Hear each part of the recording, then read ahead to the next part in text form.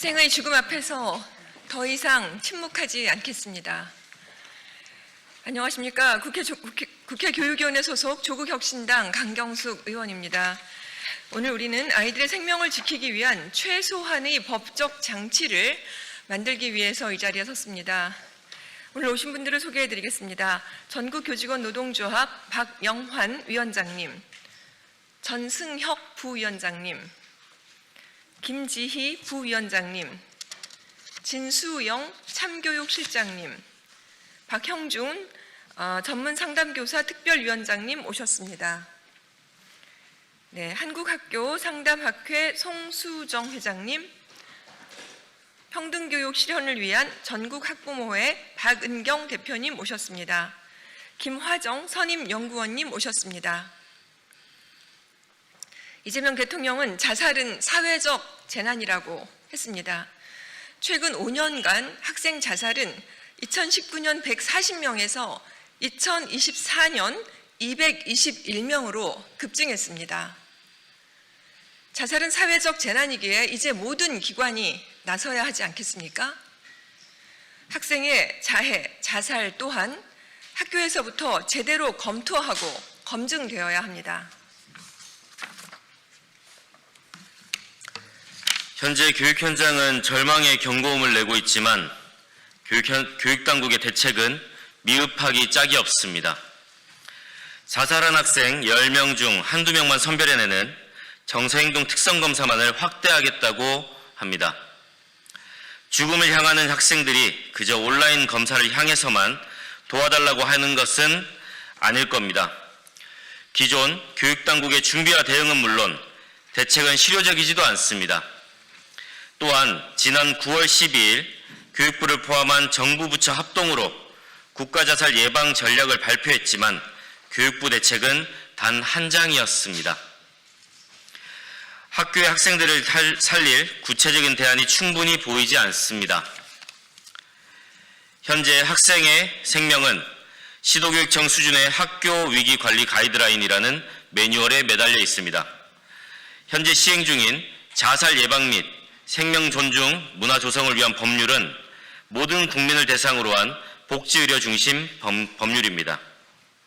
학교 현장에서 발생하는 자해, 자살 사건을 예방하고 회복시키는데 필요한 교육적 대응 체계와 행정적 강제력은 담고 있지 않습니다. 선언적 문구에서 끝날 것이 아니라 특별 대책이 필요합니다. 세계보건기구 WHO는 자살 대응 단계를 6단계로, 우리나라 보건복지부는 4단계로 운영합니다. 그러나 교육부는 예방, 발견, 상담, 치료 3단계만을 남겼습니다. 사후 공동체 회복은 어디에도 찾을 수 없습니다. 학교는 학생의 눈빛 하나, 숨 하나로 위기를 감지할 수 있는 생명의 현장입니다. 자살, 자해 위기 상황이 발생했을 때 학교는 즉각적인 대응이 가능한 유일한 공간입니다. 학교에서 우리는 다시 학생을 잃을까 두렵습니다. 하지만 여전히 학교 안의 학생 자해와 자살에 대해 복지와 의료적 접근만 머무르고 있는 게 현실입니다. 이제는 형식적 지침이 아니라 사전 예방, 조기 발견, 개입, 사후 공동체 회복에 전 과정에 대한 특별 대책이 필요합니다.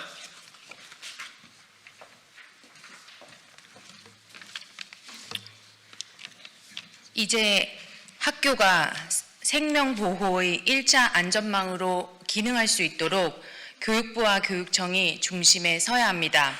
그래야 학교가 든든하게 학생들을 지킬 수 있습니다. 이를 위한 학생 자해 자살 예방 특별 대책이 시급합니다. 우리 교육은 2004년 한 중학생의 안타까운 학교폭력 사망 사건을 계기로 학교폭력 예방 및 대책에 관한 법률을 제정한 경험이 있습니다. 그때처럼 학생 자살 문제도 더 이상 개인의 불행으로만 볼 것이 아니라 사회와 국가가 함께 책임져야 할 구조적 문제로 인식해야 합니다. 지금 필요한 것은 단순한 지침이나 일회성 대책이 아니라 학교 현장에서 즉각적으로 작동할 수 있는 실질적 대응 체계입니다.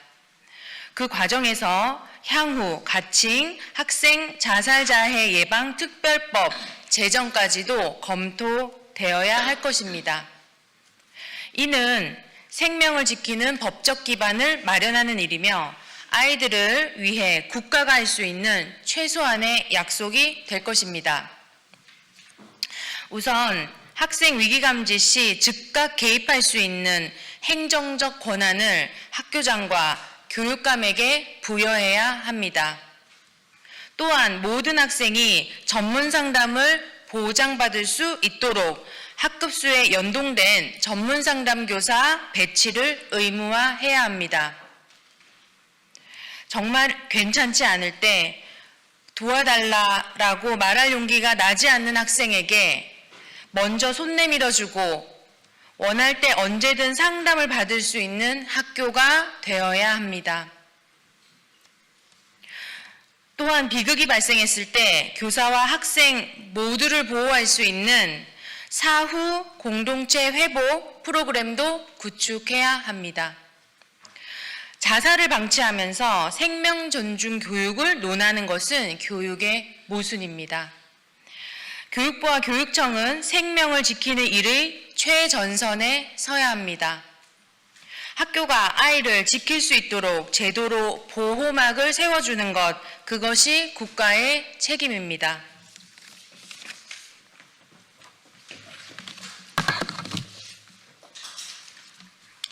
우리 아이들은 가정에서 부모가 가장 먼저 챙겨야 합니다. 그리고 학교와 지역사회가 함께 손잡고 우리 아이들을 돌봐야 합니다. 교육부와 교육청에서도 여러 교육 정책을 내놓고 있지만 어떤 정책보다 먼저 지켜야 할 건 우리 아이들의 생명과 안전입니다. 아무리 공부를 열심히 하고 성실하게 학교 생활을 해도 내 옆 친구가 힘들어하다가 무너지기 시작한다면 모두가 너나 없이 나서야 합니다. 그때 방향을 잡아주는 것이 교육당국의 제도입니다.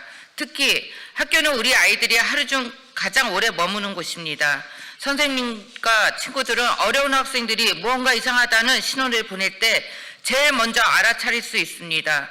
그렇기 때문에 학교가 아이들이 마음을 살피고 돌 수 있도록 든든한 제도와 지원이 꼭 필요합니다. 아이들이 서로 존중하고 학교가 안전하고 따뜻한 공간이 되려면 이제는 교육부가 나서서 제대로 된 대책을 세워야 합니다. 학생의 생명과 존엄을 지키는 일은 교육의 시작이다 끝입니다. 우리는 더 이상 학생의 죽음 앞에서 침묵하지 않겠습니다. 학생의 죽음이 통계가 아닌 외침으로 남도록 우리 모두의 힘을 합쳐 아이들의 삶을 지켜내겠습니다.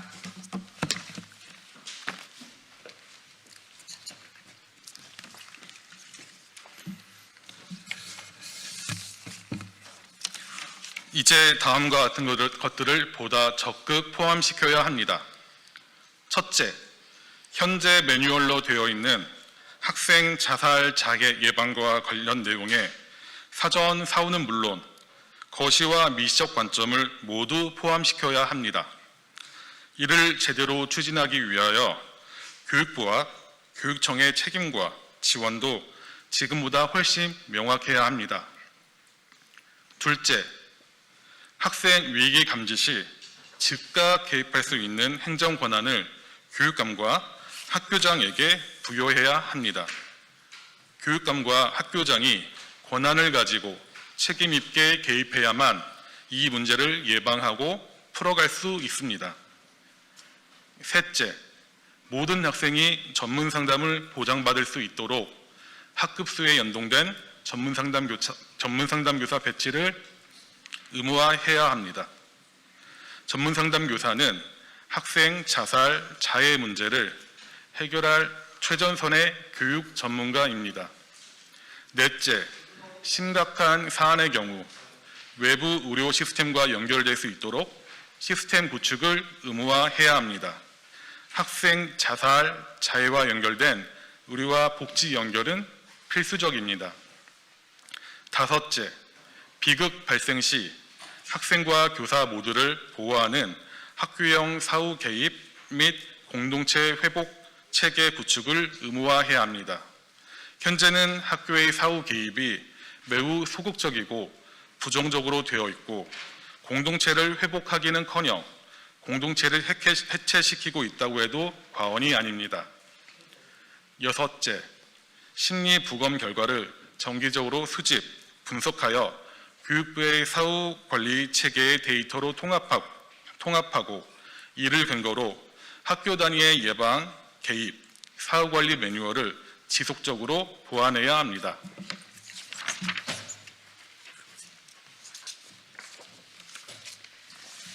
이제 우리는 어려운 학생을 대하며 왜 그랬을까가 아니라 어떻게 살아갈까를 얘기해야 할 때입니다. 가정과 학교와 지역사회에서 우리 학생들에게 괜찮니? 라고 물어주십시오. 힘든 일을 토로할 때 괜찮아, 그런 일이 있었구나 라고 먼저 공감해 주십시오. 그리고 선을 먼저 내밀고 소통해 주십시오. 이재명 대통령이 말한 것처럼 학생 자살과 자해 예방에 대한 교육당국의 자세는 이제 선택이 아니라 반드시 이행해야 할 책임입니다. 저도 우리 학생들을 살릴 수 있도록 특별대책 마련에 최선을 다하겠습니다. 저는 꿈을 꿉니다. 혼자 외롭게 무너져가는 아이들이 있을 때 서로 손을 내밀어주고 함께 어깨 걸고 서로 위로해주며 하나가 되는 것이죠. 혼자 외롭지 않도록, 그렇게 두지 않도록 하는 사회를 꿈꿉니다. 몇 년 후에는 학생의 자해, 자살이 줄어들고 있다, 사라져가고 있다, 이런 이야기를 전해드릴 수 있도록 함께 노력합시다. 국민과 학부모님들의 깊은 관심과 동참도 간곡하게 부탁드립니다. 이상입니다. 자유발언.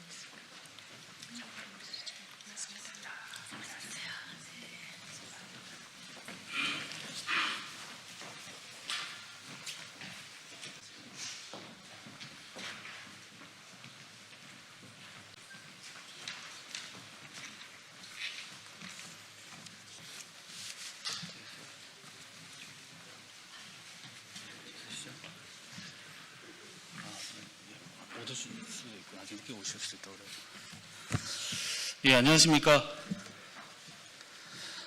위험의 외주화로 산업재해가 끊임없이 벌어지고 있는 현대제철에 느닷없이 로봇계가 투입이 되었습니다. 안전 문제에 따른 것이라고 하는데요. 금속노조 현대제철 비정규직 지회는 이 안전 문제를 해결하기 위해서 원청이 직접 나서서 노동자들과 교섭하고 해결하자는 요구에는 묵묵부답으로 일관하면서 로봇계를 투입했습니다. 이에 대해서 규탄하며 실질적으로 안전 문제 해결하기 위해 원청이 직접 나서서 교섭을 촉구하는 이 기자회견을 진행하도록 하겠습니다. 더불어민주당 노동존중 실천단 그리고 금속노조 손잡고 디지털 정의 네트워크 정보인권연구소가 주최하고 더불어민주당 민병덕 의원실, 이영우 의원실, 박홍배 의원실이 주관하는 기자회견입니다. 첫 번째 연언말을 듣도록 하겠습니다. 이영우 국회의원님을 모시도록 하겠습니다. 예, 국회 기후에너지환경노동위원회 소속으로 활동하고 있는 인천 서구을 이용호 의원입니다. 이번 기후노동위 국정감사에서 저는 불법 파견, 부당 노동행위를 저지르고 있는 현대제철의 행태와 이를 방치하고 있는 고용노동부의 소극 행정을 지적하면서 서강현 대표이사의 증인 출석을 강력하게 요구한 바 있습니다. 아시다시피 현대제철은 2021년 하청노동조합의 단체 교섭 요구를 현재까지 거부하면서 중앙노동위원회와 법원으로부터 사업장 안전 의제에 대한 교섭 의무가 있다는 판단을 받았음에도 여전히 교섭 거부 부당노동행위로 일관하고 있습니다. 하지만 현대제철은 21년 이후 매년 계속되는 하청 노동자들의 교섭 요구를 묵살하며 부당노동행위를 계속하고 있는데 현대제철은 내년 3월 시행 예정인 노란봉투법이 아니더라도 하청 노동조합과의 교섭 의무가 존재하는 상황임에도 고의적으로 계속해서 교섭을 해태하고 불법을 저지르고 있는 것입니다. 앞서 저는 현대해철 당진공장 18개 협력사들의 재해율과 현대해철 원청의 재해율을 비교 조사한 결과 하청의 재해율이 일관되게 높고 4년, 5년, 6년 연속 원청보다 재해율이 높은 하청 업체가 존재하며 특히 하청 기업은 원청보다 재해율이 10배, 7배나 높다는 점을 밝히기도 한 바 있습니다. 전형적인 위험의 외주화가 바로 현대해철에서 일어나고 있는 것입니다. 하청노조의 원청과의 단체 교섭 요구는 바로 이러한 위험의 외주화를 타개하기 위한 것이었습니다. 그런데 현대해철은 법원이 하라고 한 하청노조와의 안전문제 교섭은 하지 않고 제철소 작업 현장에 느닷없이 로봇개를 도입하였습니다. 동문서답도 이런 황당한 동문서답은 처음 봅니다. 그 목적이야 뻔합니다. 안전을 목적으로 도입했다기보다 현장 노동자에 대한 감시를 강화하여 향후 업무상 재해가 발생하면 이를 노동자의 귀책으로 삼겠다는 것이 아니고 무엇이겠습니까? 게다가 동의 없이 배치된 이러한 로봇개는 개인정보 보호 문제 등 인권 침해의 소지가 다분합니다. 현대해철에 분명하게 경고합니다. 로봇개는 치우고 교섭의 판을 열기 바랍니다. 하청노조와 성실하게 교섭하여 사업장 안전에 대한 대책을 마련하십시오. 며칠 전 하나오션 원청과 하청 노사가 서로 협의하여 470억 원의 손배소를 취하하고 향후 안정적인 원하청 노사관계를 형성하기로 대내에 선포하는 합의 기자회견을 가졌습니다. 노란봉투법이 시행되기도 전에 모범적인 노사 상생의 길을 미리 연 것입니다. 하지만 현대해철은 노란봉투법 시행 전인 지금도 하청노조와의 교섭에 대한 법률적 의무가 있으면서도 이를 거부하고 원하청 노사관계 형성 대신 갈등 조장이라는 정반대의 길을 가고 있습니다. 거듭된 교섭 거부는 부당노동행위와 불법 파견이라는 현대제철의 불법 행위에 대한 처벌로 돌아갈 것입니다. 반드시 이 문제 해결할 수 있도록 계속 노력하고 촉구하겠습니다. 고맙습니다. 예, 이어서 엄상진 금속노조 사무처장 모시고 규탄 발언 듣도록 하겠습니다. 예, 반갑습니다. 금속노조 사무처장 엄상진입니다. 먼저 노동자의 안전과 생명을 지키기 위해 쓰시는 이용우 의원님 그리고 민병덕 의원님께 먼저 감사의 말씀을 드리겠습니다. 현대제철 비정규직 노동자들은 불법 파견 피해자입니다. 또 위험에 외주화에 노출된 하청 노동자입니다. 현대제철의 불법 파견 범죄는 이미 사실로 드러났습니다. 비정규직 노동자의 재해율이 정규직보다 최대 10배가 높다는 사실도 최근에 확인되었습니다. 그런데 여전히 비정규직 노동자는 사용자 불법에 저항했다는 이유로 손배로 고통받고 원청과 교섭하지 못해 차별받고 죽음의 일터를 강요받고 있습니다. 법원은 원청이 하청 비정규직 노동자의 교섭하라고 판결했습니다. 또 법을 어겨가며 비정규직을 쓰지 말라고 주문했습니다. 그런데 원청은 어느 것 하나도 지키지 않았습니다. 하라는 교섭은 안 하고 로봇개만 투입시켰습니다. 노동자 동의도 없었습니다. 안전관리가 목적이라고 하지만 새빨간 거짓말입니다. 9월 달에 일어난 붕괴 사고도 로봇개는 막지 못했습니다. 오직 노동자들을 관리 통제하고 중대재해 책임을 노동자들에게 전가시키려는 또 다른 방식의 탄압에 불과합니다. 비정규직 노동자들은 운이 좋아서 살아남았다고 이야기합니다. 지금도 늦었습니다. 노동자들의 안전과 생명을 지키기 위한 교섭에 현대제철은 하루빨리 교섭에 나와야 합니다. 지금도 국가는 노동자만 괴롭히고 있습니다. 2021년 불법 파견에 저항하며 파업한 노동자만 징역 3년의 검찰 구형을 받았습니다. 도대체 이재명 정부는 무엇을 하고 있습니까? 국회는 법 위에 군림하는 기업을 왜 지켜만 보고 있단 말입니까? 원청이 교섭을 차일피일 미루다가 또 노동자가 죽음이 되면 그 책임은 또 누가 져야 합니까? 현대제철만큼 사용자 불법이 명확한 곳도 없습니다. 죽음이 도사리는 현장입니다. 당장 책임자를 불러 문책하십시오. 그렇지 않으면 대기업은 법 위에 군림해도 문제없다라는 잘못된 신호를 줄 겁니다. 정부가 산재 건절과 원청교섭의 현장 안착을 바란다면 즉각 현대제철로 와서 할 일을 하십시오. 금속노조는 현장에서 거리에서 노동자들의 안전과 생명을 지키기 위한 투쟁을 멈추지 않고 이어가겠습니다. 고맙습니다. 예, 이어서 이상규 현대제철 비정규직 지회 지회장 현장 발언 듣도록 하겠습니다. 네, 현대제철 비정규직지회 지회장 이상규입니다. 지난 2021년 이후 2024년까지 현대제철 강진공장에서만 중대재해로 5명의 노동자가 사망하였으며 추락사고 27건, 끼임사고 59건, 온열질환사고 14건 등 확인된 휴업사고만 554건에 달합니다. 더불어 정부기관에서 확보하지 못하거나 파악할 수 없는 비휴업사고는 1441건에 달합니다. 이처럼 현대제철 당진공장은 중대재해, 후진국경 사고, 온열질환 등 모든 유형의 재해가 전 공장에서 수시 지속해서 발생하고 있는 사업장입니다. 당연하게도 매해 예외 없이 하청 노동자들의 재해율이 원청 노동자보다 높았습니다. 이것이 현대제철에서 벌어지고 있는 위험의 외주화입니다. 나아가 지난 9월 6일 당진 원육공장에서는 하청 노동자가 일하고 있는 작업장이 붕괴되는 사고가 발생하였습니다. 인명사고가 발생하지 않았지만 하마터면 대형 참사로 이어질 뻔한 아찔한 사고였습니다. 하지만 충분히 막을 수 있는 사고였습니다.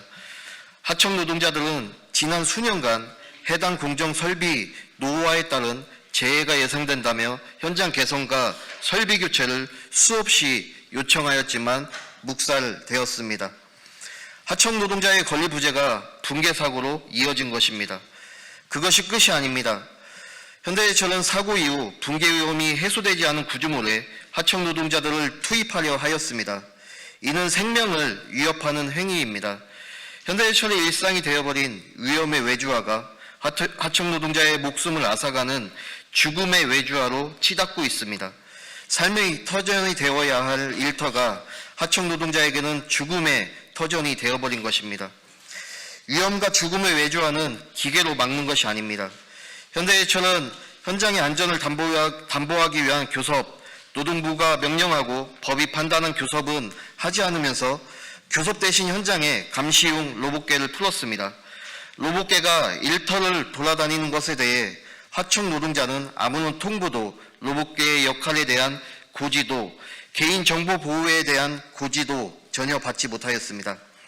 하청 노동자들을 감시하고 제 책임에 대한 회피를 위해 하청 노동자들의 인권은 가차없이 버려도 되는 헌시짝 취급하고 있다는 하청 노동자들의 추측은 과한 것이 아닙니다. 현대제철의 위험과 죽음의 외주화를 인정할 것이 아니라면 지금이라도 노동부와 법이 명령한 교섭, 나아가 교섭을 통한 직접 고용을 진행해야 할 것입니다. 위험과 죽음의 외주화는 사람이 막는 것입니다. 하청 노동자의 외침에 고용노동부는 답해야 합니다. 21년 파견법 위반, 특별근로감독 무시, 2021년 교섭 거부 부당노동한 노동위원회 판정 무시, 2022년 민사 1심 판결 불복, 2025년 교섭 거부 부당노동행위 행정법원 1심 판결 불복 등 현대제철의 법 이행 거부로 인하여 하청 노동자들은 부당한 차별에 신음하고 있으며 산업안전의 사각지대에 방치되어 매년 수많은 하청 노동자들이 다치거나 죽어가고 있습니다. 법 위에 군림하며 위험을 외주화하고 불법과 위법을 일삼는 현대제철의 야만의 독주를 이제는 멈춰 세워야 하지 않겠습니까? 2100명의 현대제철 불법행위의 피해 노동자들이 김영훈 노동부 장관께 면담을 요청합니다. 현대제철 비정규직지회는 면담을 통해 현장에서 파악한 산업안전 실태, 법 이행 거부에 따른 피해 현황, 이를 해결하기 위한 요구 등을 고용노동부 장관께 직접 보고드리고 현대제철의 불법 행위를 바로잡기 위한 조치를 함께 논의할 것을 요청합니다. 죽음의 공장에서 목숨 걸고 일해왔던 하청 노동자의 최소한의 요구를 외면하지 마시길 바랍니다. 나아가 이번 면담이 산업 현장에서 반복되고 있는 불법 파견과 차별적 처우 그리고 중대재해로 이어지는 사회 구조적 문제를 뿌리 뽑기 위한 작은 미랄이 되길 기대합니다. 이상입니다. 예, 다음으로 장혁영 정보인권연구소 상임 이사께서 개인정보 보호 및 인공지능 기본법 위반 규탄 발언 이어가겠습니다. 예, 최근 그 정부와 산업계에서 AI 강국을 굉장히 강조를 하고 있습니다. 그 현대제철에서도 그 모기업인 현대자동차에서 투자한 보스턴 다이내믹스 로봇계를 공장에 전반적으로 도입을 하겠다. DX 를 완수하겠다라는 최근에 보도를 많이 하고 있습니다. 하지만 이 로봇계를 도입할 때 꼭 이야기를 해야 될 부분에 대해서는 침묵을 하고 있습니다. 그건 바로 로봇계가 적용되는 현장에서 그 대상이 되는 sa람에 대해서 어떤 안전조치나 법률 준수를 했느냐에 대한 부분입니다. 지금 개인정보보호법하고 인공지능 관련된 법률들을 좀 살펴볼 필요가 있습니다. 이게 무엇보다 이 회사에서 얘기하는 로봇계의 목적은 산업 안전을 위해서 뭐 이렇게 촬영을 하는 것입니다. 그렇다면 노동자에 대한 감시 설비이기 때문에 근로자 참여 및 협력 증진에 관한 법률에 따라서 마땅히 협의를 했어야 됩니다. 하지만 회사는 그걸 하지 않았습니다. 그러다 보니까 어떤 문제가 생기냐면 노동자들에게 이 로봇계가 어떤 기능이 있고 어떻게 이 로봇계가 그 정보를 관리하고 노동자가 접근을 해서 확인할 수 있는지에 대해선 아무 정보가 없는 상태입니다. 개인정보보호법에 따르면 공개된 장소에 이동형 영상정보 처리기기를 설치할 경우에는 그 대상자가 되는 정보 주체가 충분히 인지할 수 있는 상태여야 하고, 만약에 거부를 할 경우에는 그 거부 의사도 받아야 합니다. 만약에 공개되지 않은 장소라고 한다면 정보 주체 한 사람 한 사람에 대해서 동의를 받았어야 됩니다. 만약에 이 로봇계가 노동자 개인들의 얼굴을 식별한다면 민감정보이기 때문에 별도 동의를 받았어야만 합니다. 하지만 회사는 이런 모든 것에 대해서 아무것도 노동자에게 동의를 받지 않았고 심지어 통지조차 하지 않았습니다. 그리고 인공지능 기본법은 내년 1월에 시행을 앞두고 있습니다. 지금 과학기술정보통신부에서 하위법령을 제정하고 있는데요. 이 하위법령이나 그 법문 중에는 이런 산업 현장에 도입되는 로봇계에 대해서 규제를 할 수 있는 내용이 없습니다. 따라서 이번 사태에서 저희가 알게 된 것은 산업 현장에 도입되는 산업 안전을 위한다는 이유로 도입되는 설비조차도 노동자에게 위험한 요소가 될 수 있다는 것입니다. 따라서 이 부분에 대해서는 인공지능 기본법에서도 규제하는 내용이 하위법령에 반영되어야 할 것이라고 생각합니다. 마지막으로 산업 안전을 위해서 도입된다는 첨단 로봇이 오히려 그 현장에 있는 사람에게 사람의 안전과 인권에 끼칠 위험도 역시 높을 수 있습니다. 따라서 이런 문제에 대해서 지금 우리 눈앞에 드러나고 있는 이 현실을 기자님들께서 충분히 인지하셔서 좋은 기사 써주시기 바라겠습니다. 감사합니다.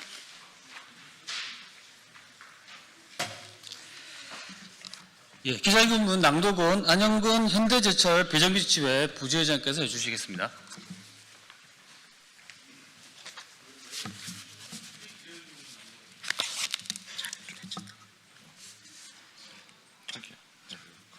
기자회견문은 시간 관계상 자료로 대체하겠습니다. 대신 저희가 기자회견 이후에 김영훈 장관한테 면담을 요구할 것이며 고용노동부에 전달하여 김영훈 장관께서는 하청 노동자의 절박한 요구를 외면하지 말기를 간곡히 요청드립니다. 예, 이상으로 기자회견 마치도록 하겠습니다.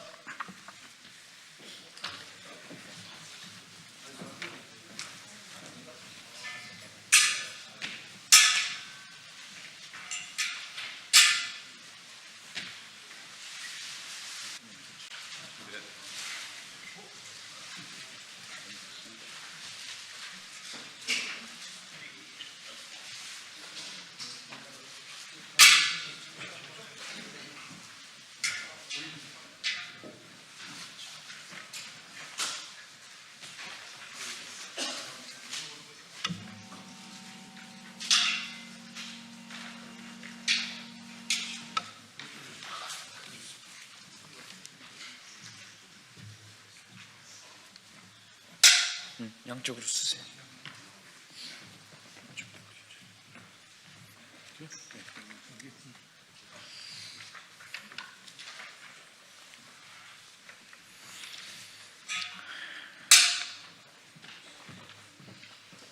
네, 안녕하십니까. 더불어민주당 전남 순천갑 김문수 국회의원입니다. 경찰 디지털 증거 객관성 판단을 위한 기자회견의 소개 의원입니다. 오늘 저는 소개의원 자격으로 이 자리에 섰습니다. 오늘 기자회견을 개최하기까지 너무나 많은 고민과 토론이 있었습니다. 이번 기자회견은 2022년 이른바 청담동 술자리 의혹 사건과 관련해 디지털 증거의 신뢰성과 수사 절차의 투명성을 제대로 점검하자는 취지로 마련되었습니다. 1%의 의혹이라도 1%의 억울함이라도 있어서는 안 된다는 생각에 용기를 내서 자리를 마련해드렸습니다.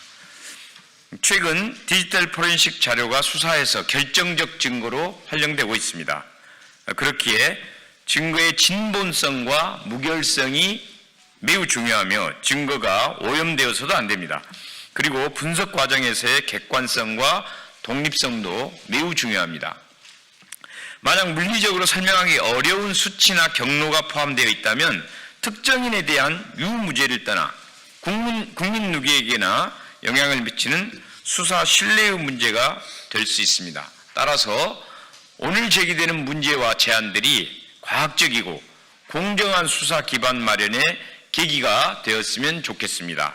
아울러 경찰을 포함한 수사기관이 이러한 문제 제기를 열린 자세로 재검토하여 국민이 납득할 수 있는 설명과 조치를 내놓기를 바랍니다. 오늘 기자회견에 참석하신 분들입니다. 뉴탐사의 강진구 기자님, 뉴탐사의 박대용 기자님, 인터넷 기자협회 이준희 회장님, 인터넷 기자협회 도형래 수석 부회장님, 인터넷 기자협회 전태수 부회장님, 김성수 시사평론가님, 김정훈 유튜버님이십니다. 예, 이상으로 소개를 마치고 진행해 주시기 바랍니다. 네, 우선 제가 좀 여는 말을 하고 그리고 강진구 기자님 취재를 하신 강진구 기자가 직접 발표를 하시겠습니다. 그 경찰의 디지털 포렌식이라고 하면 우리가 뭐 의심을 하지 않죠. 그런데 청담동 술자리 관련해서 저희가 기소가 되고 나서 검찰로부터 이 수사 기록을 받아서 분석을 하던 중에 놀라운 사실을 확인했습니다. 서울 도심의 퇴근길에 시속 588km라는 믿을 수 없는 속도로 달린 사람이 한국에 있다는 사실, 더군다나 경찰의 포렌식 결과로 그 사실이 드러났다는 것으로 저희들은 이 믿을 수 없는 결과를 발견하고 이 부분은 좀 윤석열 정권에서 이런 비상식적인 일들이 자행되었다라는 사실을 여러분들께 알려드리기 위해서 이 자리에 섰습니다. 청담동 술자리는 지금까지 윤석열, 한동훈 두 사람이 자신의 행적을 아직도 그날 어디 있었는지를 밝히지 않고 있는 가운데 첼리스트의 이 증언만으로 이게 진짜가 됐다가 가짜가 됐다가 오락가락하고 있는 여전히 그런 상황입니다. 그런 와중에 당시에 이 사실을 보도했던 이 제보를 받고 보도했던 기자들은 여전히 형사 민사 소송에 시달리고 있습니다. 자, 오늘 두 번의 구속영장 청구에도 불구하고 그 기각 결정으로 또 취재를 계속 이어가고 있는 강진구 기자가 이 자리에 함께 하고 있습니다. 디지털 포렌식 도대체 어떤 부분이 조작됐는지를 구체적인 내용을 직접 강진구 기자로부터 들어보시죠. 네, 방금 소개받은 뉴탐사의 강진구 기자입니다. 저는 청담동 술자리를 지난 3년간 취재해왔던 기자이기도 합니다. 이번에 디지털 증거 조작이 갖고 있는 의미에 대해서는 앞에 충분히 설명을 했던 것 같고요. 이 사건에 있어서 가장 중요한 쟁점 중에 하나는 청담동 술자리가 어디서 있었느냐, 장소가 중요한데 경찰은 첼리스트의 발언과 그다음에 디지털 포렌식 결과를 기초로 청담동의 TK라는 술집에서 술자리가 있었고, 근데 그 술자리는 10명 정도도 들어가기 힘든 굉장히 협소한 장소이기 때문에 대통령과 법무장관, 변호사 30명이 참석할 수 있는 곳이 아니다라고 하는 걸로 청담동 술자리 보도는 허위라고 결론을 내렸습니다. 그런데 저희가 이번에 경찰이 이런 수사 결론에 이르게 된 그 포렌식 결과를 확인하게 되었습니다. 첼리스트의 휴대폰에서 추출된 내비게이션용 파일이 있습니다.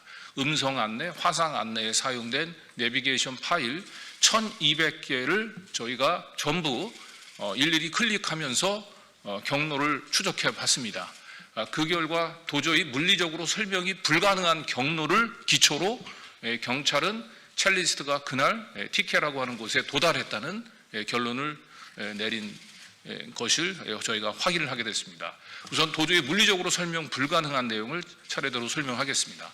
우선 첫 번째로 경찰은 포렌식 결과를 기초로 첼리스트의 전 남자친구, 제보자죠. 제보자가 있는 용인 집에서 1차로 서울 강남의 골프 연습장, 논현동에 있는 골프 연습장까지 7시 13분에 출발해서 7시 57분, 44분 만에 도착했다는 결론을 내렸습니다.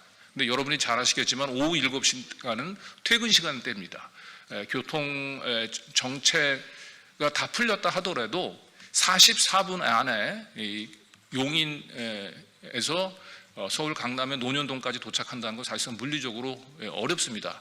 심야 시간대, 교통체증이 전혀 없는 상태에서는 44분에 도착하는 것이 가능합니다만 퇴근 시간대에 44분에 도착한다는 것은 쉽지 않습니다. 그리고 두 번째로 문제는 이 용인 집에서 강남까지 통상적인 경로를 이용을 하면 44분에 도착한다는 것이 가능하지만 디지털 포렌식 결과 나타난 경로는 완전히 정상적인 경로를 이탈했습니다.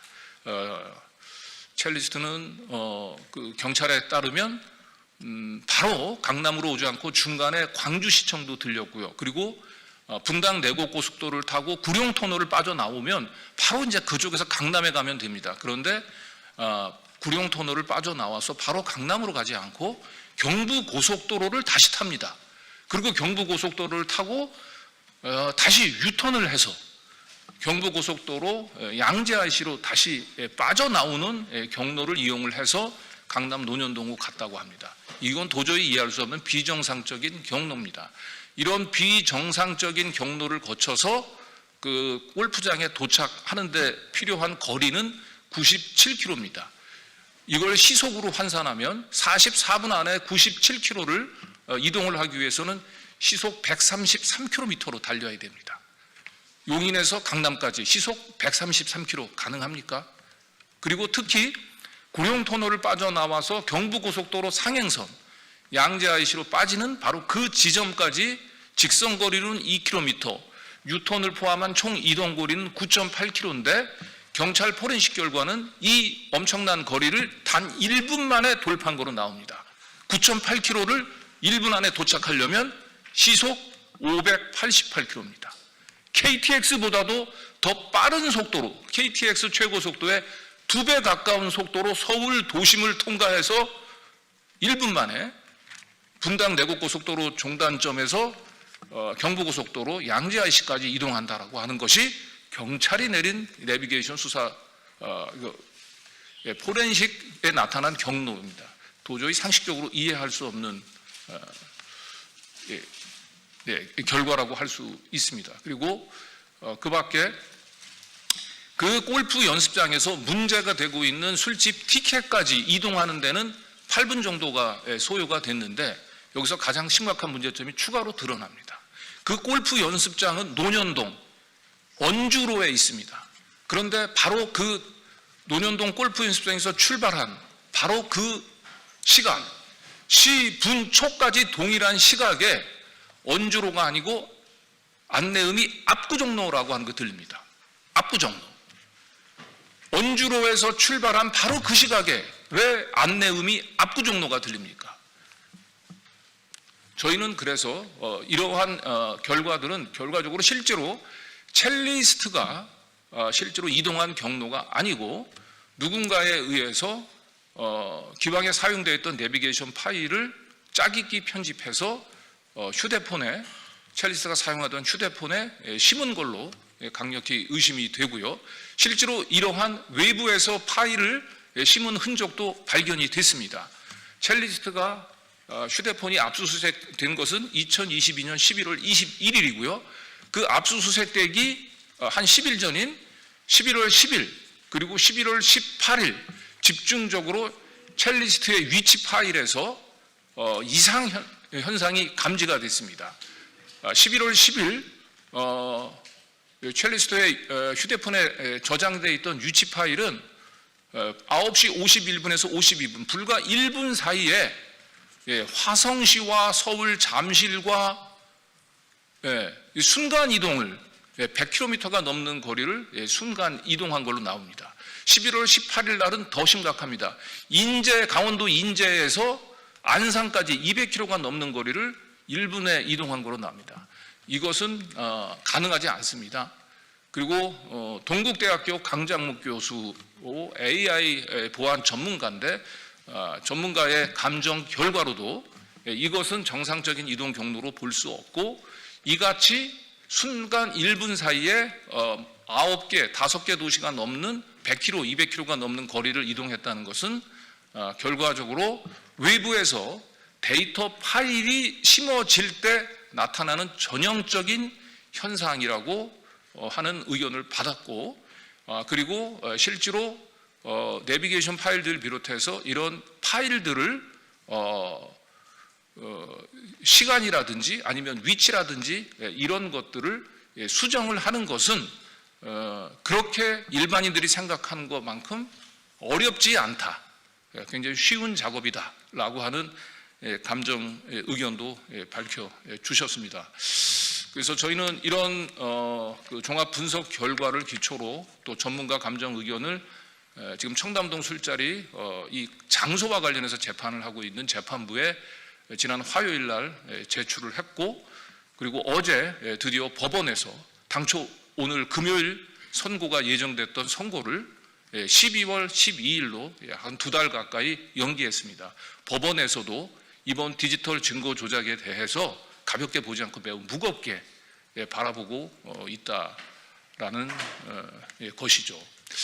그래서 이상 대략적으로 저희가 청담 술자리 디지털 증거 조작에 대해서 설명을 드렸고 마지막으로 지난 3년 동안 저희 뉴탐사와 함께 청담 술자리 진실을 규명하기 위해서 크게 노력한 우리 시섭 평론가, 우리 김성수 평론가의 맺은 말을 듣도록 하겠습니다.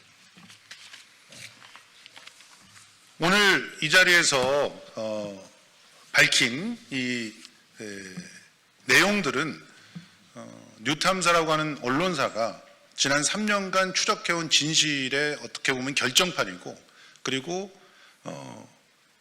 수사 기록 22,000페이지를 처음부터 끝까지 샅샅이 들여다보면서 찾아낸 진실입니다. 이 진실을 같은 언론사들이 외면해서는 안 될 것이라고 봅니다. 청담동 술자리는 윤석열이 당선이 확정되고 난 다음에 넉 달 후 그리고 취임 이후 2달 만에 벌어진 끔찍한 게이트라고 볼 수 있는 사건입니다. 이 게이트를 덮기 위해서 저들은 무슨 짓이든 해야 됐고 그 무슨 짓이든 한 결과는 결국 12월 1일에 잘못된 수사 보고서를 경찰이 작성하게 하고 그리고 그 다음날 한동훈 법무부 장관이 직접 기자와 언론사를 상대로 고소고발을 하는 또 민사소송을 거는 이런 작태로 국회의원까지 묶어서 소송을 거는 이런 작태로 발현됐습니다. 그리고 그 이후서부터 언론들은 약속이나 한 듯이 마치 청담동 술자리는 가짜뉴스인 것처럼 취급을 해왔습니다만 그 이후에도 3년간 뉴탐사와 저희 김성수 TV는 청담동 술자리의 실체적 진실을 밝히기 위해서 다양한 보도와 컨텐츠들을 만들어 왔습니다. 그 보도와 컨텐츠들을 쭉 다시 한번 돌아봐 주실 것을 간곡히 부탁드리고요. 그 안에 담겨져 있는 진실을 이 내란 사태를 종식시키기 위해서라도 우리는 함께 밝혀야 되지 않을까 생각을 하고요.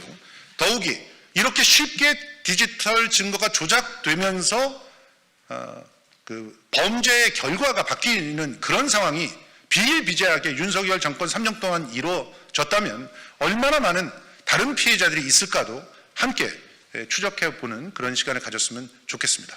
오늘 이 자리를 통해서 이제 윤석열, 한동훈 이 두 조작 수사의 달인들이 어떤 여죄들을 저질렀는지를 함께 밝혀 나가는 그런 반전의 계기가 되면 좋겠다는 생각을 하면서요. 마무리하도록 하겠습니다. 고맙습니다. 이후에 일정을 자, 그럼 오늘 이 자리를 마련해 주신 우리 김문수 의원님, 이 가짜 김문수 말고 진짜 우리 김문수 의원님께도 감사 말씀 드리고요. 자세한 그 질의응답 내용은 저 옆에 브리핑 그 공간에서 질의응답 받고, 또 아마 이게 좀 처음 들으실 때는 이게 도저히 믿을 수 없다라고 생각되실지 모르지만 저희들이 몇 번의 현장 검증까지도 거쳐서 내온 결과이고, 경찰도 역시 지금 이 부분에 대해서 해명을 제대로 못하고 있는, 저희가 다른 의원실을 통해서도, 이상식 의원실을 통해서도 이제 행안이죠. 행안이 이상식 의원실을 통해서 지난 수요일 경찰에 이 이상한 포렌식 결과에 대해서 해명을 요구했으나 지금까지 답변이 제대로 나오지 않고 있습니다. 자세한 내용은 이따가 브리핑 질의응답 시간에 저희들이 답변을 좀 드리도록 하겠습니다. 그리고 이 저희들 분석 보고서, 법원에 제출한 분석 보고서가 있습니다. 이 분석 보고서는 요청하시는 분들에게 저희가 따로 보내드리도록 하겠습니다. 보도자료 말미에 나와 있습니다. 이상 기자회견 마치도록 하겠습니다. 감사합니다. 고맙습니다. 네. 고맙습니다.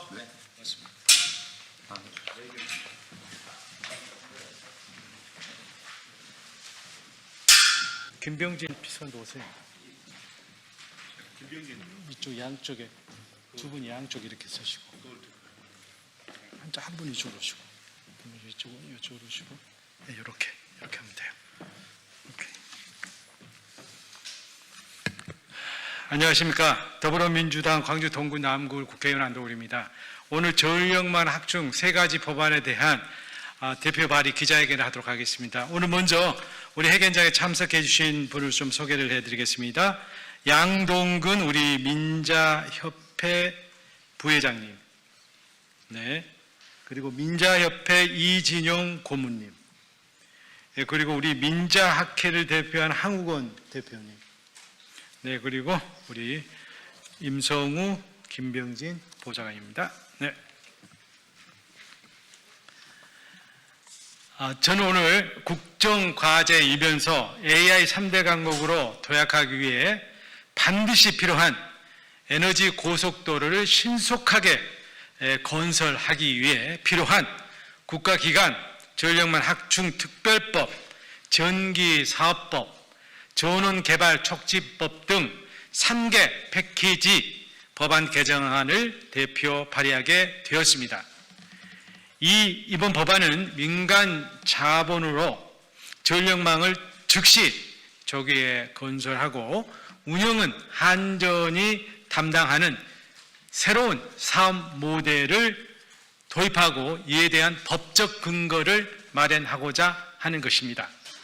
앞서 이달 1일 방한한 샘 올트먼 오픈 AI CEO가 국내 AI 전용 데이터 센터 설립을 공식화했습니다.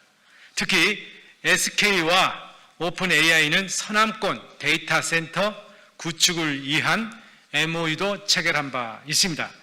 이처럼 AI 3대 강국 도약을 위한 글로벌 기업들의 투자가 지금 가시화되고 있는데 이를 받아들일 우리의 준비는 아직 미흡한 상태입니다. AI 국가 컴퓨팅 자원센터 AI 데이터 센터, R200 산단 조성 등으로 전력 수요는 지금 폭발적으로 증가하고 있습니다. 이렇게 AI와 빅데이터 산업의 급성장으로 인해 전력 수요가 폭발적으로 늘어나고 있습니다만 재생에너지 발전소에서 생산된 전력을 필요한 곳, 소비처에 신속히 공급할 수 있는 전력망 확충은 지금 매우 부족합니다.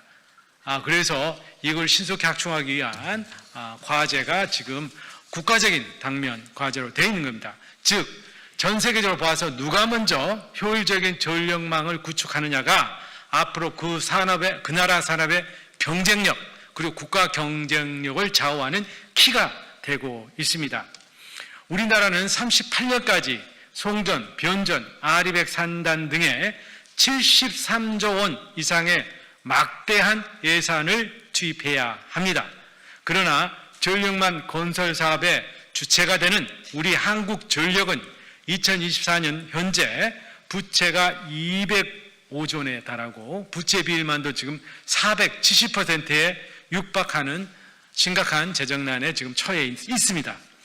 또한 30년까지 계획된 핵심 전력망 시설 건설의 시설 사업, 건설 사업의 60%가 현재 주민, 민원 등으로 지연되고 있는 상황입니다. 그래서 한전 단독으로는 이 막대한 전력망 구축 사업을 지금 감당하기에는 힘이 버거운 상태입니다.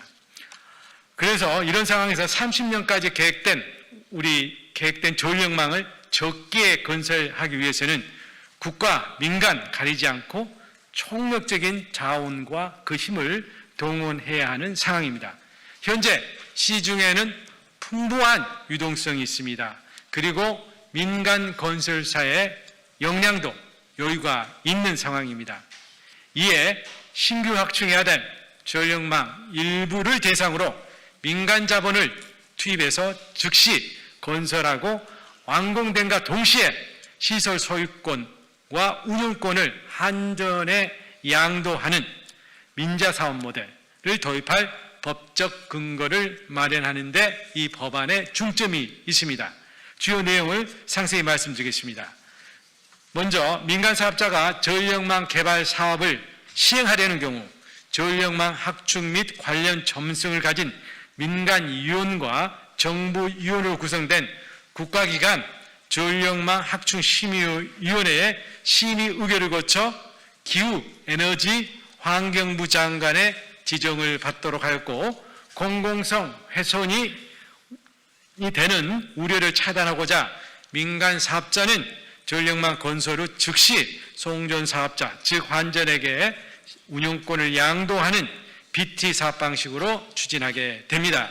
또한 민간 사업자의 지정의 조건과 절차, 설비의 양도 방법, 비용 산정 등은 대통령으로 위임해서 경제 환경의 변화에 효율적이고 신속하게 대응하도록 하였습니다.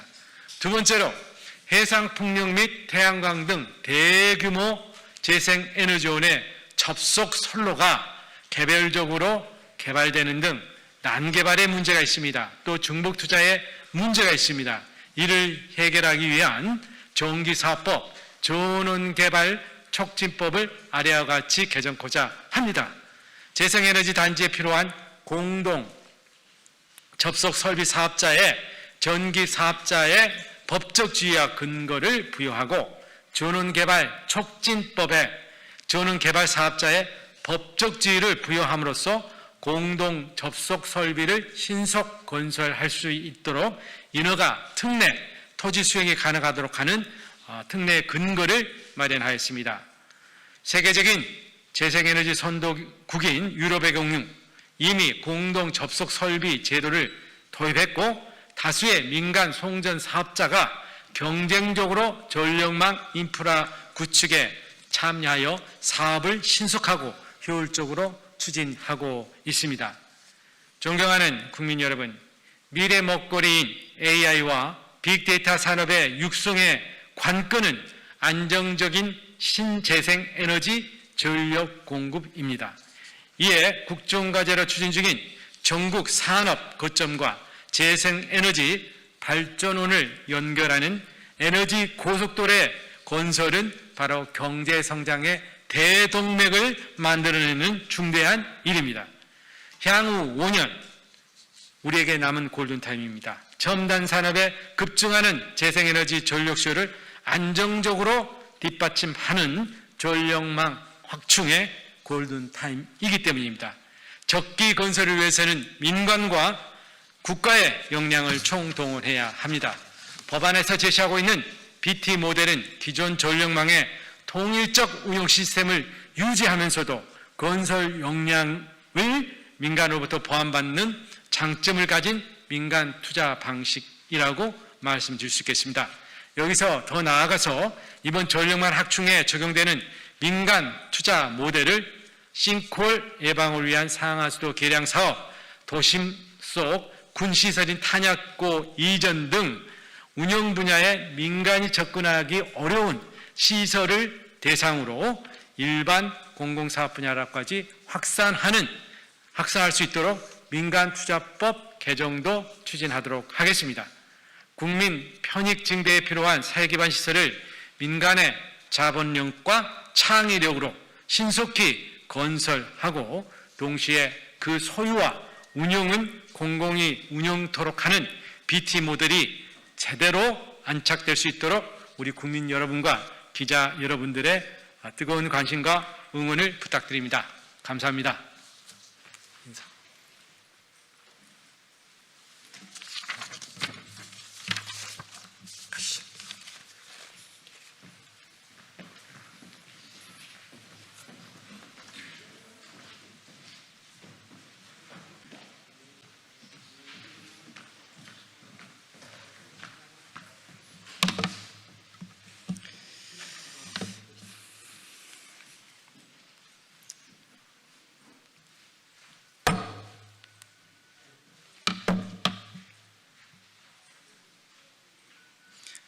예, 조국혁신당 대변인 박병원입니다.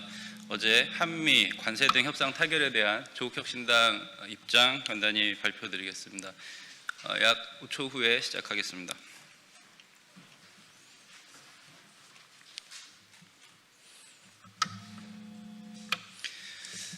예, 한미 관세 등 협상 타결에 대한 조국혁신당 논평입니다. 한미 정상이 관세와 투자금 등에 대한 협상을 타결했습니다. 미국의 태도는 남한산성까지 군대를 몰고 와 굴종을 강요했던 청나라 홍타이지를 연상케 했습니다. 그러나 지금의 대한민국은 대국에 무조건 사대했던 우를 벗어나 힘의 차이를 냉정히 인정하면서 최대한의 실리를 얻으려 노력했습니다. 연간 투자금액의 제한이나 투자금에 대한 회수 가능성이 포함되었습니다. 일본과 비교할 때 협상단의 악전고투가 눈에 선합니다. 수고하셨다는 말씀 드리고 싶습니다. 국민들은 냉정하게 지금의 국제정세 변화를 지켜보고 있습니다. 그리고 이 관세협상 자리에 대한민국의 대표자로서 만약 윤석열이 서 있었다면 어떤 파멸적인 결과를 가져왔을지 몸서리치고 있습니다. 정부의 선방을 바라지 않는 세력이 대한민국에 존재합니다. 국민들은 이를 응시하고 있습니다. 외교 앞에서 우리는 단결하여 최대한의 실리를 얻어갈 수 있도록 앞으로도 노력해야 한다고 생각합니다. 2025년 10월 30일 조국혁신당 대변인 박병원이었습니다. 감사합니다.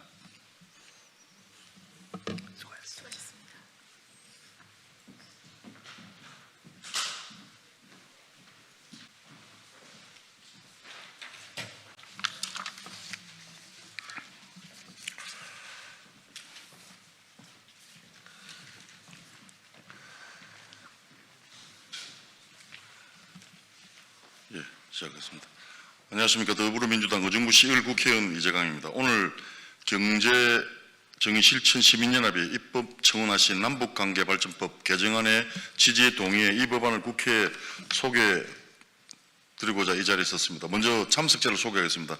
경실련 통일협회위원장을 맡고 계신 김일한 동국대 북한학교 연구교수님께서 참석하셨습니다. 예. 그리고 경실련 정치입법팀 서희원 팀장님과 배정현 간사님 참석하셨습니다. 남북관계발전법은 한반도의 화해와 협력, 평화 정착을 위한 기본 틀을 마련하기 위해 제정되었습니다. 그러나 지난 세월 수많은 남북 합의가 정권의 변화에 따라 이행되지 못하거나 무력화되었습니다. 이번 개정안의 핵심은 바로 남북 간 합의서의 법적 이행 의무를 강화해 정부가 공식적으로 체결한 합의가 제도적 책임성을 갖도록 하자는 것입니다. 신뢰는 말이 아닌 약속을 이행할 때 자라나고 평화는 그렇게 쌓인 신뢰 위에 찾아옵니다. 특히 대북 전단 살포와 같은 적대행위의 기준을 명확히 해 불필요한 긴장을 막는 일은 상호 신뢰를 위한 출발점입니다. 표현의 자유를 존중하되 접경지역 주민의 생명과 안전 그리고 한반도의 평화를 지속하는 균형점을 찾고자 합니다. 아울러 남북 간 교류와 협력을 중단하지 않고 지속적으로 추진해 나갈 제도적 기반을 마련하고자 합니다. 저는 이 청원의 뜻에 공감하며 국민의 참여로 평화 정책이 뿌리내릴 수 있도록 국회의원에서 힘을 보태겠습니다. 고맙습니다. 예. 이제 교수님 나오셔서 진행하겠습니다. 네, 안녕하십니까. 경실련 통일협회 정책위원장 김일환입니다. 오늘 드릴 말씀은 남북관계 발전에 관한 법률 개정안을 요청드리려고 이재강 의원님께 요청을 드렸습니다. 주요 내용 혹은 취지를 간단히 말씀을 좀 드리면 남북관계가 오랜 역사를 가지고 있고 그리고 다양한 합의서를 서로가 채택하고 했습니다만 그 합의서들이 기본적으로 법적 구속력을 갖지 못하고 있습니다. 법적 구속력을 갖지 못한다라는 건 합의된 내용을 지속적으로 안정적으로 추진할 수 없다라는 얘기와 동일합니다. 남북관계가 현재 굉장히 많이 흔들리고 있습니다. 많이 경색되고 있고요. 이 문제를 해결하는 문제는 역시 정치적인 해법을 요구합니다. 그럼에도 불구하고 그 정치적 해법만 기다리고 남북관계가 개선되기를 희망하는 것은 바람직하지 않습니다. 그동안 우리가 할 수 있는 일, 관계가 개선되는 과정에서 우리가 해야 될 일, 준비해야 될 다양한 과제들이 있다고 생각합니다. 그 중에 하나가 남북관계 발전에 관한 법률을 개정하고 그리고 그 중에 핵심인 남북 간의 합의서를 제도화하는 것입니다. 그동안 남북 간의 합의는 168건으로 통일부에서 집계하고 있습니다. 대부분 당연히 제도화되지 않고 있습니다. 그 중에 절반 이상이 경제 관련한 합의서입니다. 경제 관련 다들 너무나 잘 아시겠지만 제도화되지는 않은 합의를 정책으로 추진하는 것, 결국은 돈을 쓰는 문제입니다. 투자를 하든 지원을 하든 근거를 마련할 수가 없습니다. 합의서가 말 그대로 그냥 종이 쪽지인 것이죠. 그 종이 쪽지에 다시 힘을 불어넣어서 경색된 남북관계를 풀자라고 하는 것이 이번 개정안의 핵심적인 내용입니다. 또 하나는 전단 확성기죠. 우리 전단 날리고 확성기 틀고 했던 아주 위험한 상황을 어떤 방식으로든 제도적으로 해결을 해야 한다라는 차원의 개정안을 법률에 담았습니다. 구체적인 내용은 우리 간사님과 우리 팀장님께서 다시 말씀을 드리도록 하겠습니다. 감사합니다.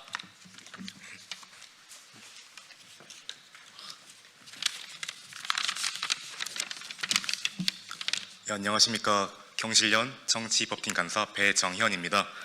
저희 위원장님께서 너무 다 잘 정리해 주셔가지고 저는 간단히 첨언하겠습니다. 이 남북관계는 정권이 바뀔 때마다 다 리셋되어 왔습니다.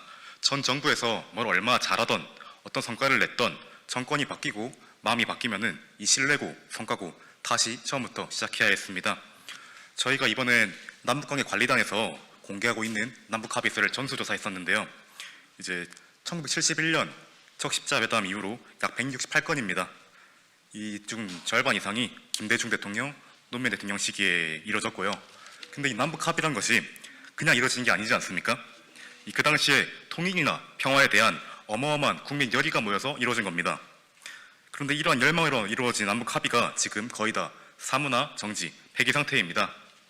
현재 저희는 4건 정도만 유효 합의라고 판단하고 있는데 사실 그 합의들도 공동 성명들이고 사실상 전부 정지 상태입니다. 이게 왜 이러냐 하면 이 남북 합의에 공적인 신뢰성이 없습니다. 이 남북 합의가 어떻게 체결될지만 규정되어 있지 이걸 어떻게 이행해야 할지 한단 조항이 없습니다. 그러니 항상 정치적 선언 느낌으로 정권이 바뀔 때마다 뭉개져 왔던 겁니다. 최근 문제가 되었던 대북전단 살포권도 같은 맥락에 있습니다. 남북 합의의 기본 중 하나는 적대행위의 규제입니다. 그럼에도 표현의 자유 문제가 계속 불거지고 있습니다. 이에 우리 경실련은 이번 청원에 3가지 내용을 담았습니다. 첫째, 남북 관계를 한반도의 평화와 공존을 향해 단계적으로 나아가는 특수한 관계를 규정한다. 둘째, 적어도 장관급 이상의 합의서의 이행 의무를 법으로 제도화한다. 그리고 셋째, 대북전단 살포 등 적대행위 규제와 통제 절차를 합리화하고 정립한다. 이 한반도 평화를 위해서는 이 남북 합의를 단순히 정치적 선언이 아니라 법적 약속으로 바꿔야 합니다. 예, 감사합니다. 예, 안녕하세요. 경실련 정치입법팀의 서희원 팀장입니다. 저는 기자회견문 낭독하겠습니다. 오늘 저희는 남북 합의의 제도적 이행을 촉구하며 이 자리에 섰습니다. 남북관계 발전법은 남북이 단절과 대결을 넘어 평화와 협력의 질서를 제도적으로 뒷받침하기 위한 기본법입니다. 하지만 지난 30년 정권이 바뀔 때마다 합의는 중단되었고 남북의 약속은 정치적 상황에 따라 흔들려 왔습니다. 2018년 판문점 선언과 9.19 군사합의는 전쟁 없는 한반도를 약속한 역사적 합의였습니다. 그러나 국회 비준 절차는 이루어지지 못했고 정권 교체 이후 이행은 사실상 중단되었습니다. 대북전단 살포와 군사적 긴장이 재개되면서 평화의 약속은 무너졌습니다. 이제는 달라져야 합니다. 그래서 저희는 오늘 남북합의 이행 의무를 명문화하는 입법청원을 제기합니다. 정부가 남북 간 공식적인 합의를 맺었다면 정권이 바뀌더라도 합의의 취지와 내용을 존중하고 행정의 연속성 속에서 성실히 이행하려는 책무를 져야 한다는 내용입니다. 국회에는 저희가 입법 청원한 것뿐만 아니라 합의에 대한 국회 비준 의무화 내용을 담은 안이 발의되어 있습니다. 저희는 이 안과 함께 저희 입법 청원안이 함께 논의되기를 간절히 부탁드리고 오늘 저희 입법 청원안에 대해서 소개를 맡아주신 이재강 의원님께 감사의 말씀 드리면서 저희 입법 청원안이 앞으로도 상임위와 본회의에서 잘 논의될 수 있도록 관심 가져주시기를 부탁드립니다. 감사합니다.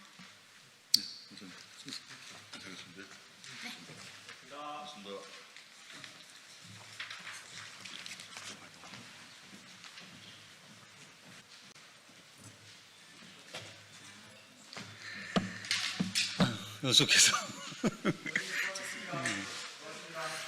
추위에 감기는 안 걸리셨어요?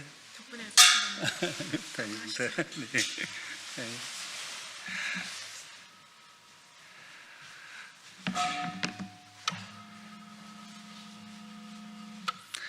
네, 더불어민주당 선임 대변인, 부대변인 박창진입니다. 오늘은 런던 베이글 뮤지엄에서 있었던 청년 노동자 죽음과 관련한 논평 브리핑 드리겠습니다. 일하다 죽는 사회는 멈춰야 합니다. 인간의 존엄을 지키는 산업안전체계로 바꾸겠습니다.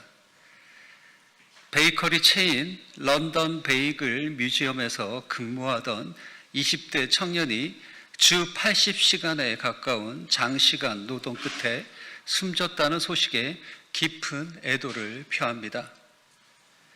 이번 죽음은 결코 개인의 불행이 아닙니다. 여전히 일터 곳곳에 남아있는 과로와 방치, 그리고 안전 불감증이 만들어낸 구조적 참사이자 우리 사회의 경고입니다. 이재명 대통령은 출범 이후 줄곧 산업안전은 생명에 대한 국가의 의무라며 강력한 산업안전 대책과 실노동시간 단축을 거듭 주문해 왔습니다. 그럼에도 불구하고 이러한 사고가 되풀이 된다는 것은 정책이 현장까지 닿지 못한 채 행정의 무관심과 무사안일이 여전하다는 방증입니다. 근로복지공단 자료에 따르면 최근 5년간 내 심혈관계 질환으로 인한 산업재해 사망 승인 건수는 1059건에 달하며 그중 상당수가 장시간 노동과 과로로 인한 것입니다. 이는 제도의 허점과 관리의 부재가 초래한 예고된 죽음입니다. 정부와 관계당국은 이번 사건을 단순한 사고로 치부하지 말고 정책의 사각지대와 관리 감독의 허점을 정밀하게 점검해야 합니다. 노동자의 생명과 안전은 행정의 효율성보다 앞서야 하며 일터는 단순한 생계의 공간이 아니라 하루를 무사히 마칠 수 있는 최소한의 인간 존엄이 보장되는 공간이어야 합니다. 더불어민주당은 이러한 비극이 다시는 반복되지 않도록 청년 서비스직, 소상공인 근로자 등 보호의 사각지대에 놓인 노동자들이 안전하게 일할 수 있도록 포괄 임금 제한 등 실노동시간 단축, 산업안전 점검 강화, 근로감독 인력 확충 등 실질적 제도 보완책을 마련하겠습니다.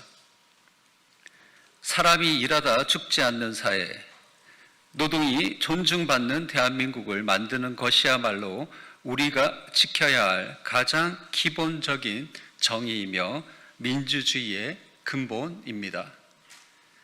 더불어민주당은 현장의 목소리를 정책으로 옮기며 정부의 대책이 말이 아닌 실행과 변화로 이어지도록 끝까지 점검하고 견인하겠습니다. 이상입니다. 감사합니다. 감사합니다.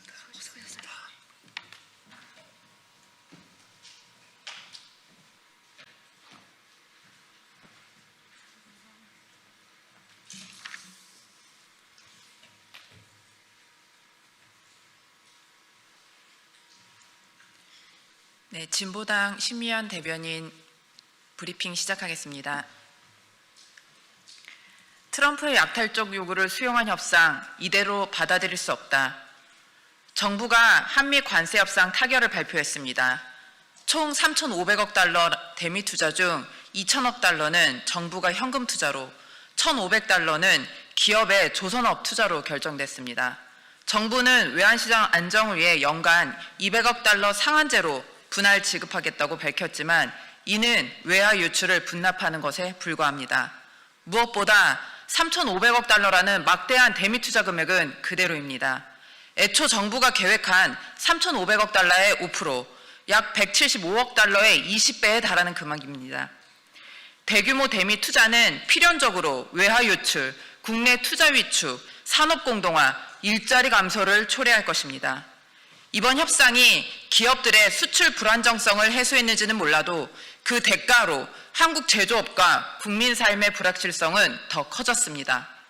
성공할지 실패할지도 모르는 미국의 제조업 부활을 위해 한국 경제를 희생해야 하는 협상은 결코 인정할 수 없습니다. 이번 협상은 처음부터 끝까지 트럼프의 일방주의와 동맹 약탈로 진행됐습니다. 트럼프는 한미 자유무역 협정의 0% 관세를 일방적으로 파기하고 대한민국 예산의 70%를 현금으로 내놓으라고 협박했습니다. 심지어 수익 배분과 투자 결정권조차 모두 미국이 가지겠다고 주장했고 그 요구는 그대로 관철됐습니다. 수익 배분은 원금 회수 전까지 5대5, 원금 회수 보장을 20년 뒤에나 판단할 수 있는 비상식적인 조건입니다. 투자처 결정권 역시 한국은 의견 개진을 하는 보조적인 역할에 그쳐 사실상 미국이 마음대로 결정하는 구조입니다. 이재명 대통령은 정부가 현금 투자를 약속하는 일본식이 아니라 시장의 판단으로 기업이 투자하는 이유식도 있다고 주장했지만 결국 일본의 굴욕적 협상과 다를 바 없는 결과를 선택했습니다. 정부는 관세 인하를 성과로 내세우고 있지만 15센트 인하로 자동차 산업이 얻는 이익은 연간 약 2조 원이라고 합니다. 이를 위해 연간 200억 달러, 10년 동안 투자하는 것이 성과입니까? 무관세를 적용하겠다는 항공기 부품, 복제약, 천연자원은 수출 규모가 각각 3억에서 4억 달러도 되지 않는 미비한 규모입니다. 현재 한국은 3,500억 달러의 대미 투자에 1,000억 달러 규모의 미국 에너지 구매, 대한항공의 1,030억 달러 규모의 보잉기 항공기 103대 구매, 그리고 사상 최대 규모의 국방 예산 증액과 미국 구매까지 약속했습니다. 트럼프의 주장대로 6천억 달러가 넘는 금액이 미국에 쏟아붓고 있는 이 상황을 어떻게 성과라고 할 수 있겠습니까? 정부는 협상 경과와 내용을 국민 앞에 상세히 보고하고 반드시 국회 비준 절차를 거쳐야 합니다. 국회는 협상 내용을 철저히 검증해야 합니다. 트럼프의 약탈적 요구를 수용한 협상, 이대로 받아들일 수는 없습니다. 진보당은 약탈적 관세 협상에 맞서 국민들의 삶을 지키기 위해 끝까지 노력하겠습니다. 감사합니다.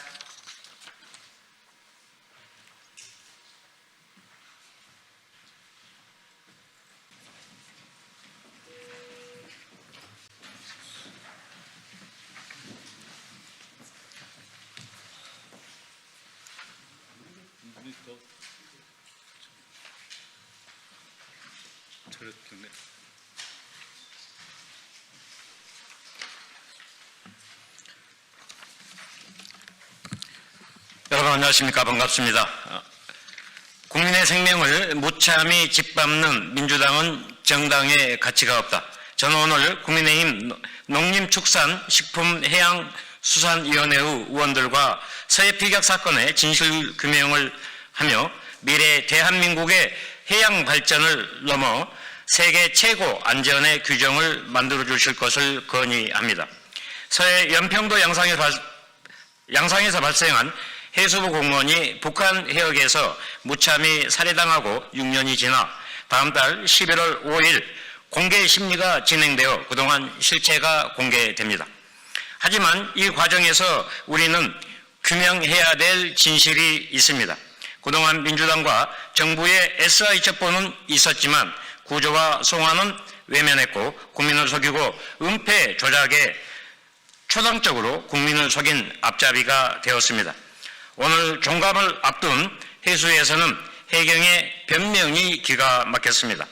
북한에 잡혀있는 정보를 분석하고 구명동의 전수조사를 해 작사가 했었고 동생이 죽자마자 해경의 수사라인 세 곳은 제게 전화하여 평소 북한을 동경했느냐, 북한이란 말을 들은 적 있느냐, 불온 서적을 본 적 있느냐라는 황당한 전화는 누군가 지시가 없었다면 이런 전화는 없었을 것입니다. 윤성현은 동생이 사망한 지 한 달째 유령제를 연평도에서 마치고 오는 날 몰래 숨어서 7가지의 월북 근거를 주장했지만 거짓과 조작이었고 18개의 패널에는 인간이 할 수 없는 수영 실력으로 북한 해역으로 헤엄쳐 갔다고 했습니다. 해상 실종 사건의 육상 경찰 국제금융과를 수사팀장으로 교체하여 무엇을 조작하려고 했는지 해경은 국민 앞에 진실을 말해야 합니다. 이런 조작 수사는 앞으로 해상 사고에 있어 근거 없는 조작이 번복될 것이며 힘없는 국민은 국가를 원망하며 살아갈 것입니다. 당직 근무 중 슬리퍼를 신었다고 주장하는 해경은 근무수칙 안전규정을 제대로 지켰다고 자부해서 국가 공무원의 근무수칙까지 멋대로 만들어 국민을 속이십니까?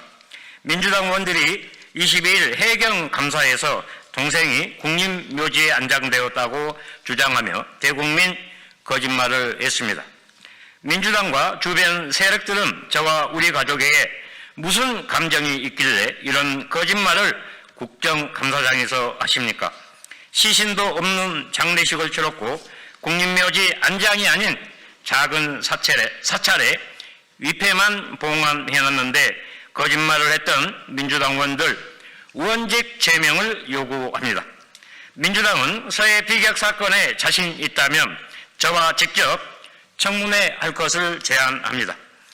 우리가 지금까지 살아오면 수많은 사건 사고와 국민의 안타까운 죽음이 있었고 민주당과 주변 세력들은 그들의 고통과 아픔을 정치적으로 이용하며 국민의 아픔을 멈추게 할 안전은 없었습니다. 동생은 해양 발전에 앞장서 왔고 목숨 바쳐 서해를 지켜봤는데 말도 안 되는 억지를 부린다면 민주당은 정당으로서 자격이 없습니다. 저는 오늘 국민의힘에 제안합니다.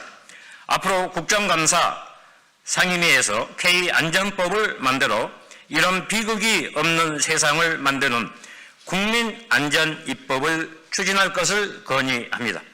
각 부처는 관련 조항을 만들고 국회는 좀 더 안전하게 보장해야 합니다. 국회는 질타가 아닌 우리 모두가 안심하고 살아갈 수 있는 미래지향적 입법이 필요한 것이지 자기들의 치부를 덮으려는 수작으로 삼아서는 안 될 것입니다. 이재명 정부는 사법개혁과 검찰개혁을 말하기 전에 서해 피격 사건의 진실 규명을 먼저 말해야 국민 앞에 진정성이 있을 것입니다. 진실을 왜곡하며 국민을 말할 수 없으며 거짓된 수사를 한 해경 스스로가 신뢰를 받으려면 해경청장이 직접 저에게 해명하셔야 할 것입니다.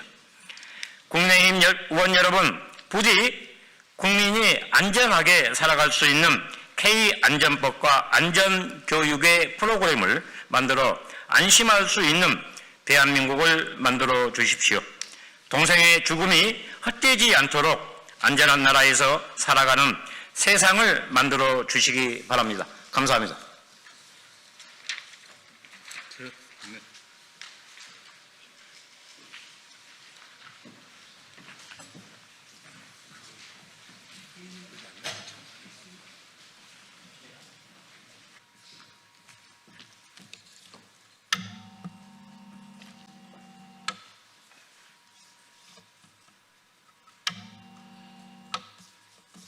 네, 안녕하십니까. 더불어민주당 대변인 박지혜입니다.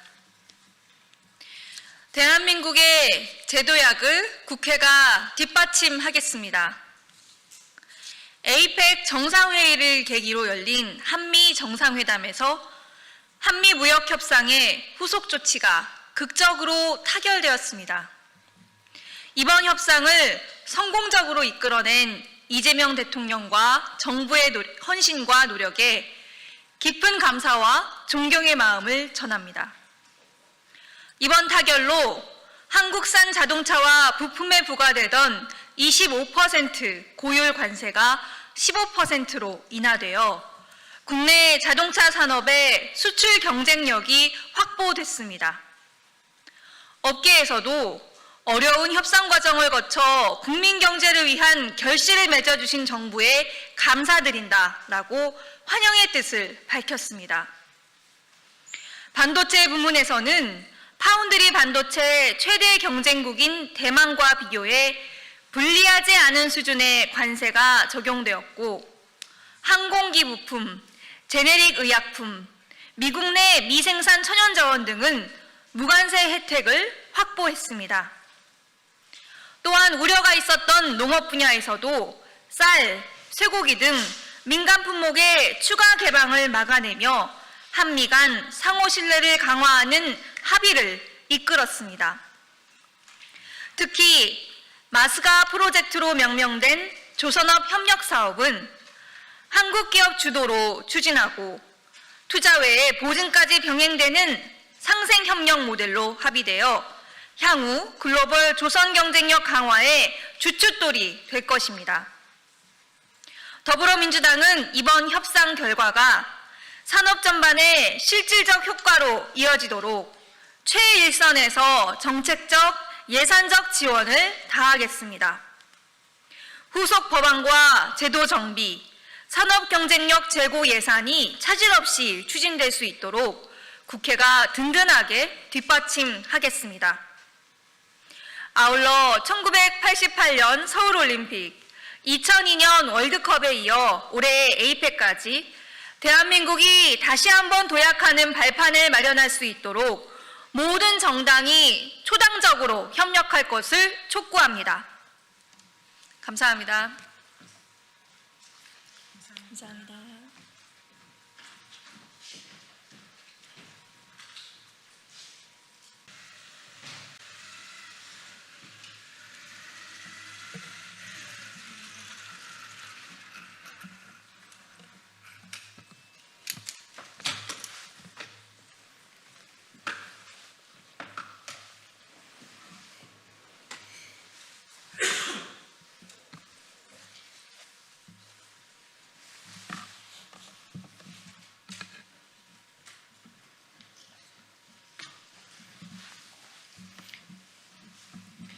안녕하십니까.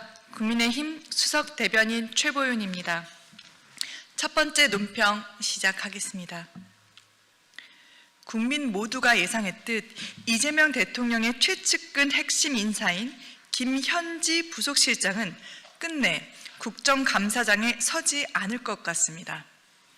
민주당이 다수석을 앞세워 김현지 실장의 국정감사 증인 채택을 무산시켰기 때문입니다. 이재명 대통령은 지난 12일 수석 비서관 회의에서 모든 부처는 여야를 막론하고 국정감사에 적극 협조하라고 지시한 바 있고, 최근 참모회의에서는 김현지 실장에게 국감에 나가라고 직접 명령했다는 언론 보도까지 나왔습니다. 공개 지시와 내부 지시 두 번의 대통령의 명령이 있었지만 결과는 불출석이었습니다. 대통령의 지시가 두 번이나 거부됐다면 이는 대통령이 국회를 기만했거나 대통령조차 통제하지 못하는 또 다른 권력이 존재한다는 뜻입니다. 어느 쪽이든 헌정 질서를 흔드는 심각한 사안입니다. 민주당과 대통령실은 대통령 일정 수행을 불출석 이유로 내세웠습니다. 그러나 대통령 일정 수행은 의전비서관의 소관이지 부속실장의 업무가 아닙니다. 더구나 11월 6일은 에이펙 기간조차 아닙니다. 김현지 실장은 일반 증인이 아니라 국민의 세금으로 급여를 받는 1급 공무원, 즉 기관 증인입니다. 국회가 부르면 반드시 출석해야 하는 공직자이자 여야 협의로 출석 여부를 흥정할 대상이 아닙니다. 출석을 거부하고 버틴다면 그것은 국회 모독이며 법적 책임을 져야 할 사안입니다. 결국 대통령실은 출석 회피용 변명을 만들고 민주당은 그 거짓에 몸을 던져 방탄막을 세운 것입니다. 민주당은 국민 앞에서 스스로 김현지 방탄 정당임을 증명한 셈입니다. 총무비서관 시절부터 불거진 인사 개입과 권한남용 의혹의 중심에 선 김현지 실장은 이제 비서실장 위 비서관을 넘어 대통령 위의 비서관이 되었습니다. 의전서열 3위 대법원장까지 불러내 조롱하고 호통치던 민주당이 김현지 실장의 출석만큼은 온몸으로 막아서는 현실은 권력의 위선 그 자체입니다. 국민의힘은 김현지 실장은 아무리 국감을 피해 달아나도 반드시 국회 증인대에 세울 것입니다. 그리고 국민을 대신해 도대체 무엇을 그토록 숨기고 있는 것인지 끝까지 밝혀내겠습니다.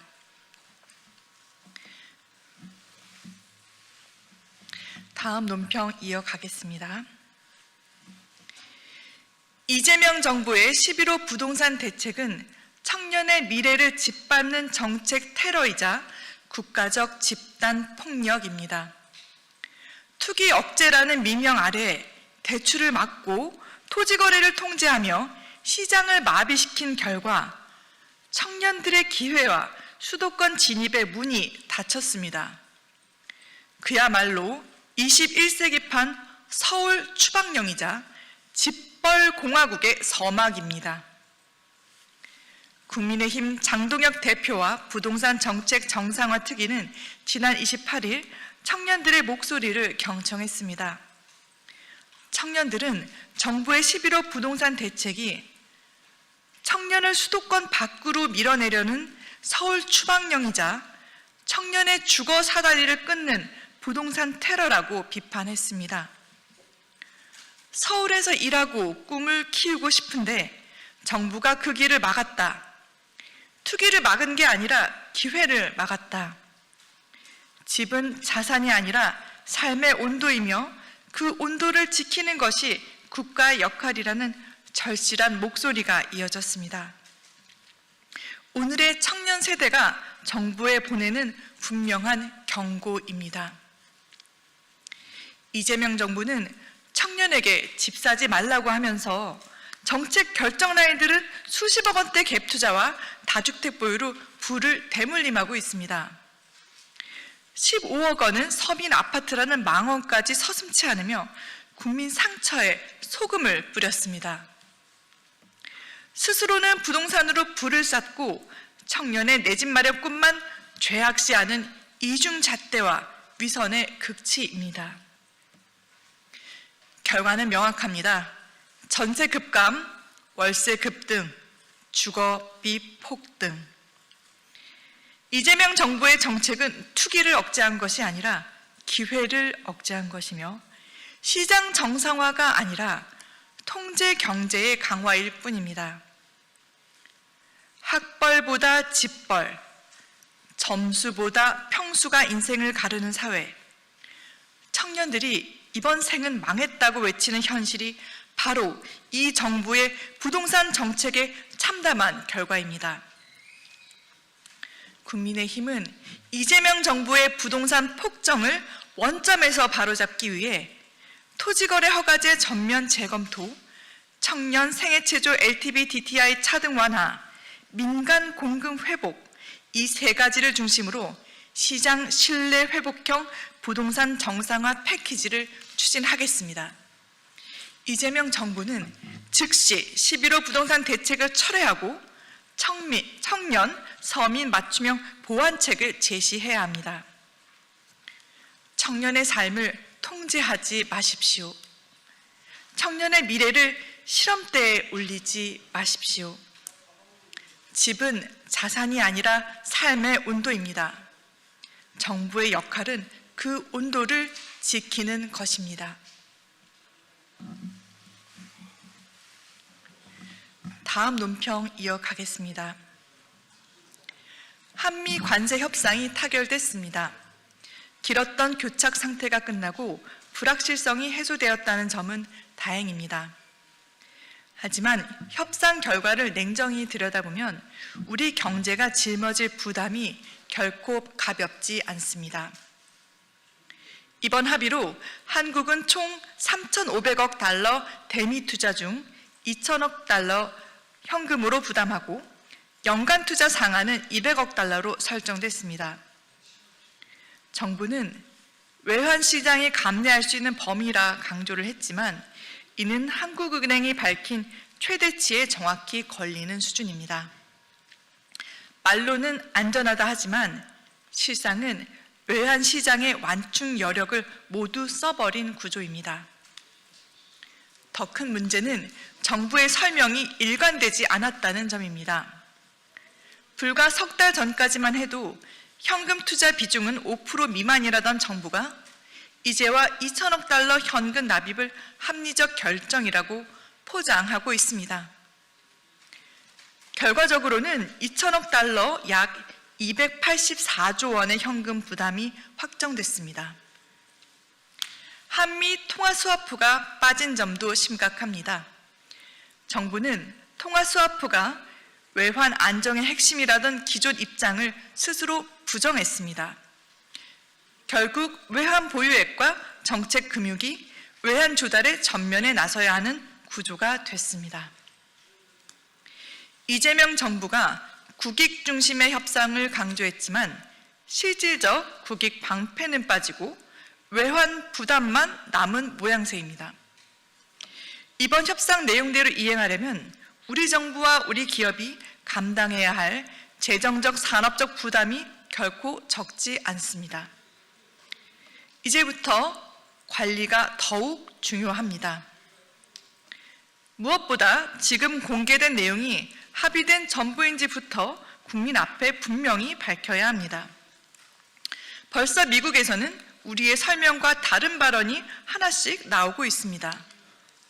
만약 발표 내용이 또다시 엇갈린다면 외교적 파장은 더 커질 것입니다.